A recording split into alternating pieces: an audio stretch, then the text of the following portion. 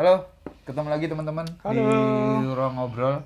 Nah, Mas Deris, harusnya nih hari ini Harusnya kita membahas komik ini Ultraman Ultraman.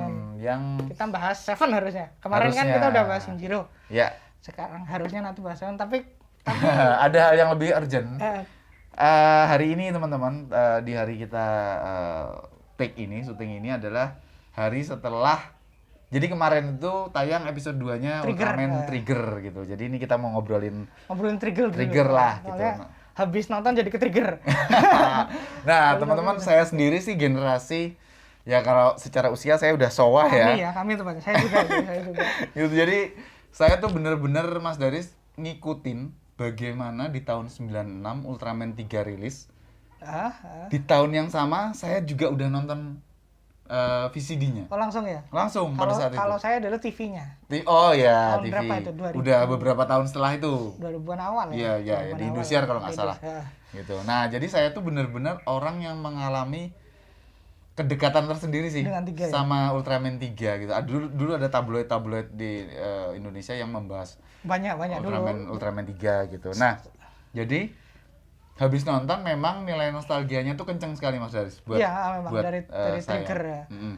Nah, cuman salah satu hal yang mau kita obrolin teman-teman adalah untuk kali ini bahas trigger adalah ini tuh triggernya apakah Iya. apakah Ultraman Trigger ini adalah Ultraman yang bener-bener generasi barunya Ultraman 3 atau memang ini tuh baru bener-bener apa ya kayak ya kalau Iya. kalau misalnya kita bicara universe nanti sama Suburaya pasti ditemukan. pasti semuanya kekebong. Cuman Pasti cuman ketemu. apakah mereka ada di semesta yang sama atau bener-bener di serial Ultraman Trigger ini tidak ada yang namanya Ultraman 3? Iya. Atau memang puluhan tahun yang lalu tuh ada Hikari no Kyojin?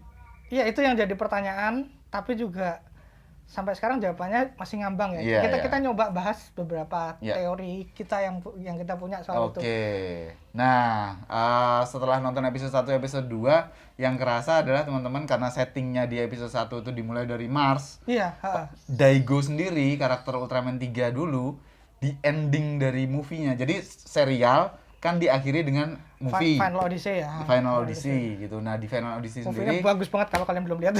harus nonton. Di Final Odyssey sendiri Daigo kan pergi ke Mars karena dia dan Rena tuh menikah. Terus kemudian memang mau tinggal di Mars menjadi udah capek lah ya udah. Iya. Dan dia kan udah nggak bisa jadi Ultraman lagi kan. Iya, pas itu emang kekuatannya udah bener-bener kesegel kan. Yes, udah hilang kekuatannya dan dia jadi apa sih istilahnya botanis ya? Botanis. Ya Mirip kan sama Kengo, mirip banget gitu. Nah, Daigo dan Rena mau ke Mars, Asuka yang menjadi Ultraman Dyna itu turun ke bumi dan mereka tuh berpapasan. Kalau pada saat itu secara dalam hati Daigo bilang selamat berjuang Kohai.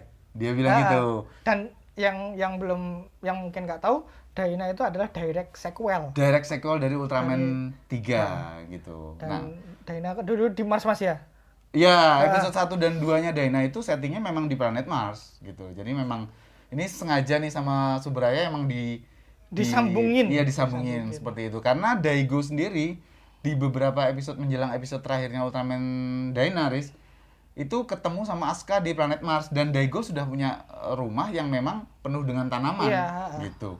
Memang gitu. Jadi mirip banget sih sama si Kengo ini. Bedanya adalah Daigo dulu tipikal prajurit petarung gitu, petarung bisa nembak, maksudnya bisa berantem gitu. Kalau si Kengo kan kayaknya enggak ya gitu. Saintis sih dia. Ya, dan ini juga normnya New Generation Ultra memang bahwa hostnya Ultraman itu nggak harus.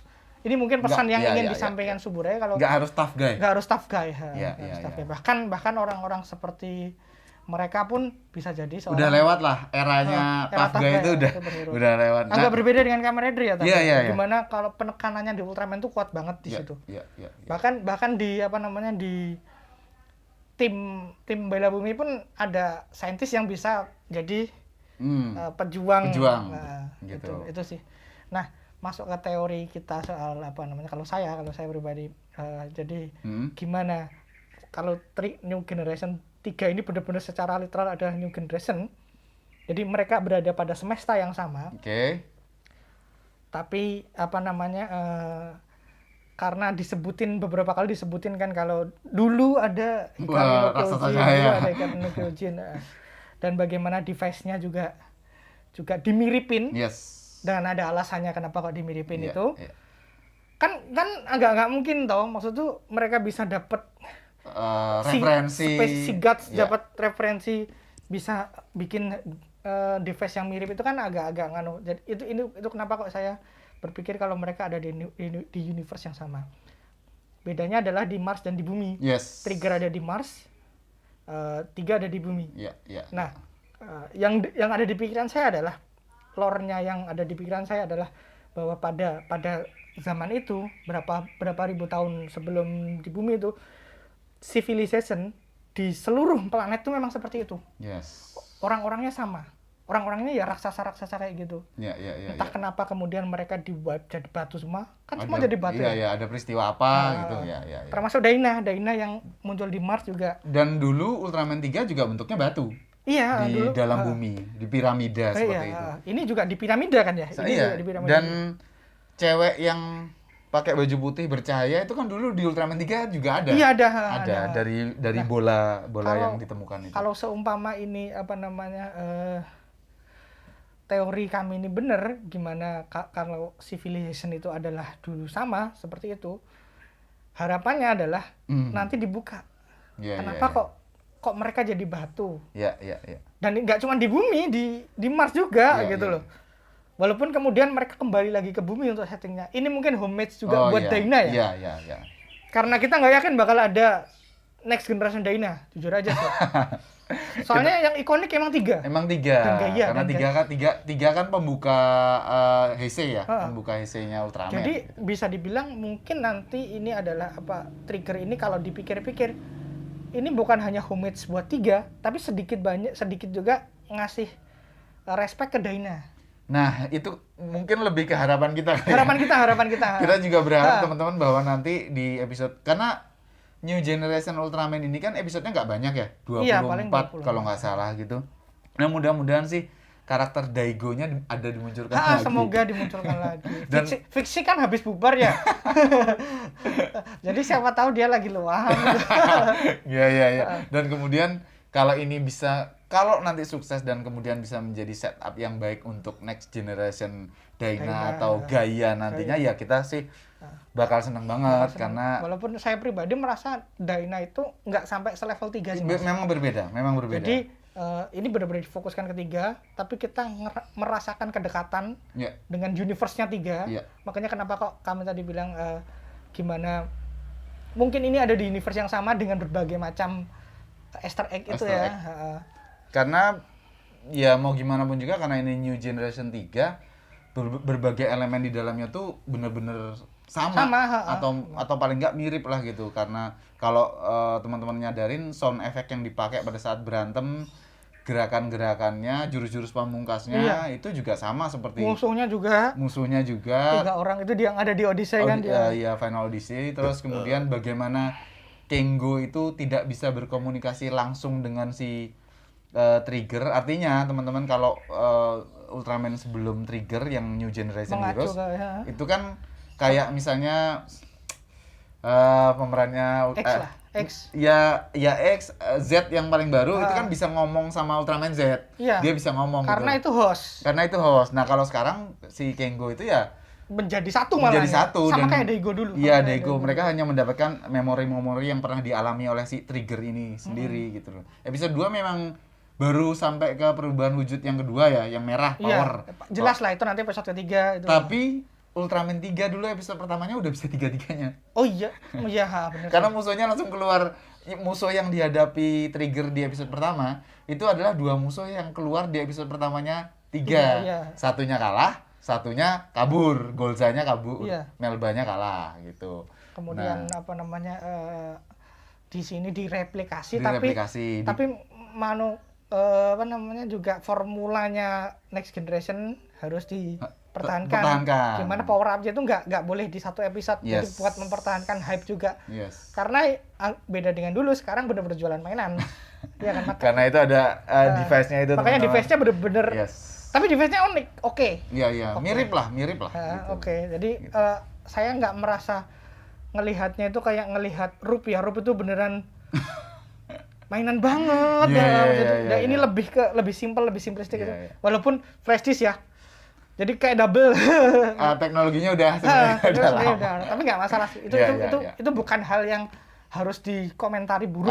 Sih bagusnya adalah kecocokannya itu kan karena itu senjata lebih kayak magazin. Iya. Gitu loh magazinnya senjata itu sendiri. Kemudian satu juga yang yang jadi persamaan juga adalah markas dan arsenalnya ya. Kalau dulu markas pusatnya itu namanya TPC ya, TPC. Kalau sekarang kan TPU, bukan tempat pembuangan. Bukan. Taman pemakaman umum bukan. Terus markasnya itu kalau dulu di laut apa namanya, Mas? Sebetulnya di laut tuh markasnya TPC-nya, tapi pas dia terbang namanya Art DC. Ya, Art DC. Kalau sekarang namanya Nurse DC. Sekarang udah terbang langsung. Kayak markasnya ini, Gaya. Kayak markasnya Gaya. Gaya kan di udara. Pesawatnya juga namanya mirip. Dulu Guts Wing, sekarang Guts Falcon gitu. Dulu Guts. Kemudian di Dyna Super Guts. Sekarang Special Guts. Yes. Kostumnya juga putih gitu. Nuansanya mirip lah. Tapi kalau saya tetap bagusan yang dulu deh kostumnya. Iya sih. Kesan pembela buminya gagah. Kalau sekarang lebih ditondon Bu sih.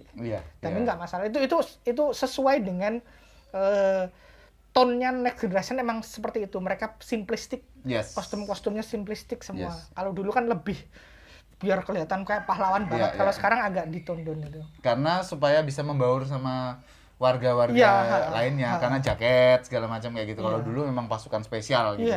Nah, terus soal ini Mas Daris, kalau tentang cerita saya sih belum bisa ngomong banyak sih. Iya, dan lagi saya sih nggak berharap banyak juga dengan Ultraman New Generation itu kan secara cerita nggak bisa spesial banget, nggak kayak gini itu, tapi menghibur. Iya, menghibur. Yang diandalkan kan adalah musuh yang terus berdatangan dan form yang terus di-upgrade. Nah, belum kebayang juga sih bagaimana upgrade formnya Trigger ini kalau di luar 3 tipe ini sih teman-teman. Tapi pasti ada nanti, nggak mungkin nggak. Minimal senjata lah.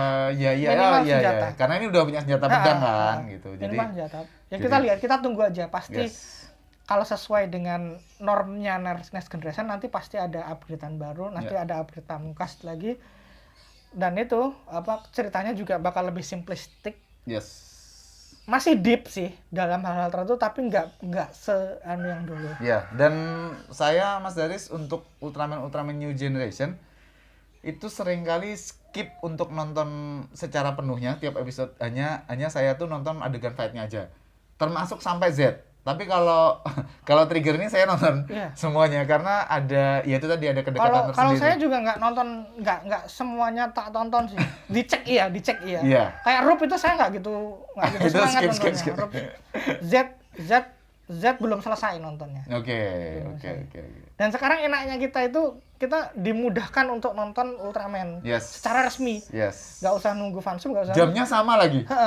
Tonton aja di YouTube Suburaya Official Pro itu udah enak lah zaman sekarang itu, nggak kayak dulu kita harus nunggu nyari di mana-mana. Dulu nonton di TV malah nunggu kelewatan, ya udah bye-bye.